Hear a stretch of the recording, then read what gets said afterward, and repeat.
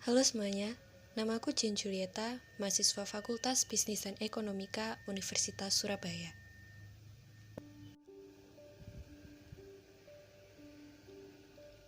Kejadian yang tidak kita inginkan akhirnya telah memasuki tanah air tercinta ini.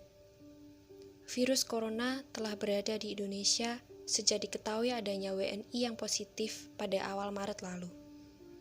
Hingga saat ini, sudah mencapai ribuan orang yang terkonfirmasi terjangkit COVID-19. Beberapa wilayah sudah memasuki zona merah, termasuk wilayah Surabaya. Untuk mengantisipasinya, pemerintah menetapkan kebijakan social distancing sejak tanggal 16 Maret yang lalu. Masyarakat diminta untuk di rumah saja dan diusahakan untuk tidak keluar rumah apabila tidak ada kepentingan yang mendesak. Kebijakan ini dapat meminimalisir penyebaran apabila kita dapat bekerja sama untuk mematuhi kebijakan yang telah ditetapkan tersebut. Sudah kurang lebih 2 minggu lamanya, kegiatan belajar mengajar dari tingkat usia dini hingga perguruan tinggi ditunda dan dilakukan secara online.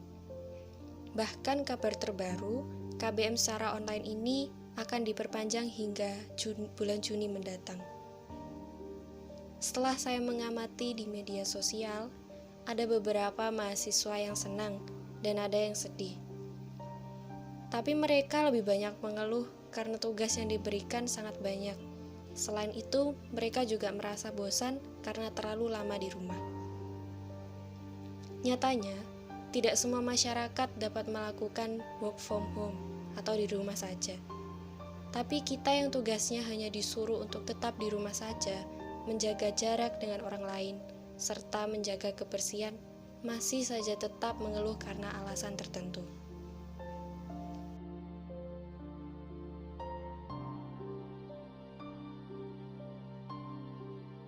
Banyak masyarakat yang mengeluh tentang mereka yang menjual masker secara tidak lazim. Bagaimana tidak?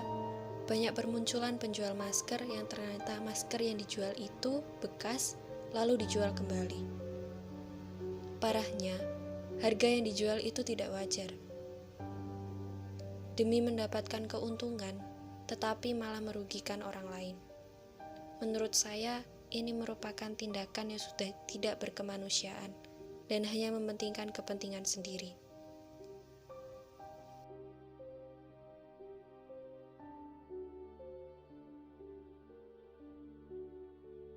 Ada tenaga medis yang harus berjuang dan berkorban untuk menyelamatkan hidup pasien. Ada driver ojol yang tetap bekerja demi mencukupi kebutuhan keluarga dan membantu kita yang berada di rumah. Dan termasuk mereka yang biasanya berada di jalanan demi sesuap nasi. Tukang becak, pedagang kaki lima, hingga pengemis.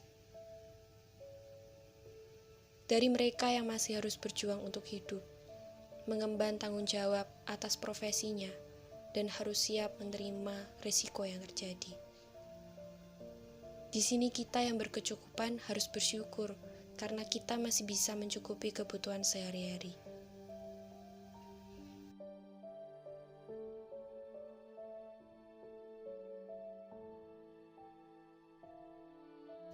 Di Indonesia ada Pancasila, Persatuan Indonesia, kerakyatan yang adil dan beradab, dan keadilan sosial. Oleh karena itu, kita harus memiliki kesadaran akan kepedulian terhadap sesama, khususnya mereka yang berjuang di luar sana. Memang sebetulnya hal ini merupakan tanggung jawab dari pemerintah, tapi kita sebagai makhluk sosial yang katanya di Indonesia memiliki jiwa sosial yang tinggi, tidak ada salahnya untuk saling membantu mereka yang berjuang untuk rakyat, berani menanggung risiko demi mengemban tugasnya. Saya mengikuti beberapa influencer dan artis di Indonesia yang sudah banyak melakukan aksi peduli terhadap mereka yang membutuhkan. Salah satunya influencer seperti Rahel V-nya. Dia melakukan penggalangan dana yang dipublish melalui akun Instagramnya. Banyak antusias dari followersnya untuk ikut berpartisipasi membantu mereka para pejuang COVID-19. Dari dana yang terkumpul, akan digunakan untuk menyediakan masker, hand sanitizer, sarung tangan, dan alat perlindungan diri lainnya untuk tenaga kesehatan di rumah sakit rujukan, untuk keluarga petugas kesehatan. Selain itu, juga memberikan bantuan keseharian untuk pekerja sektor informal.